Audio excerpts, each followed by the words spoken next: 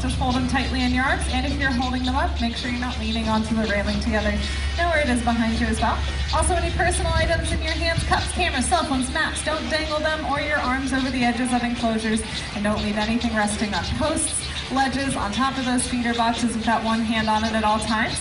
I know it seems like a good resting spot, but it's really just a great place for something to fall into an enclosure where a curious animal might explore it by trying to eat it, and that can be potentially harmful. However, we understand accidents do happen, so don't be afraid to let a staff member know if something falls in. We'll see what we can do about retrieving it while considering our own safety as well. So as you might guess, out here in the swamp, pretty rare occasion we can retrieve anything safely. All that out of the way, let's get on with the demonstration. And I do call it a demonstration because we don't intend this to be a full feeding. There are over 250 American alligators out here. So when we do a full feeding, we bring a few hundred pounds of the first food item you'll see, spread it out real far so they can do the same and get a little bit more of a full meal.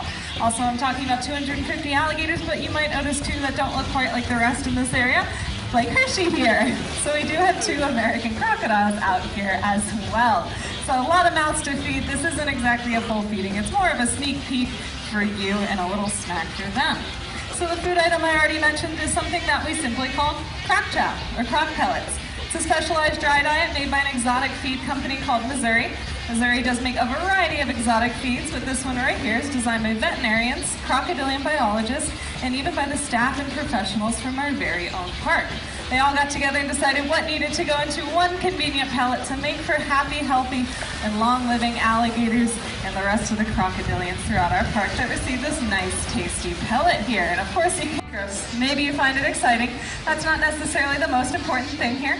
As a zoo, our top priority will always be the health and welfare of our animals. So alongside that nutritionally packed pellet, it is also nice to offer the delicious fur, meat, bones, and guts that this rodent has to offer. So when we feed things like this, we do typically feed them out whole, so the alligators can benefit from the nutritional aspects as well as mentally stimulating aspects of getting to gobble up, sink their teeth into something that looks a demonstration that's happening daily. So that's adding up to a lot of food, a lot of opportunities to eat. And even more important than that, we're looking at cold-blooded reptiles. And what that means is they don't produce their own body temperature, so they don't burn up a bunch of calories trying to do so. And if you're not using up your calories, you don't necessarily have to keep eating to try and replace them. This way, alligators actually sustain really well and really naturally off of around 80 to 90 pounds of food over the course of an entire year.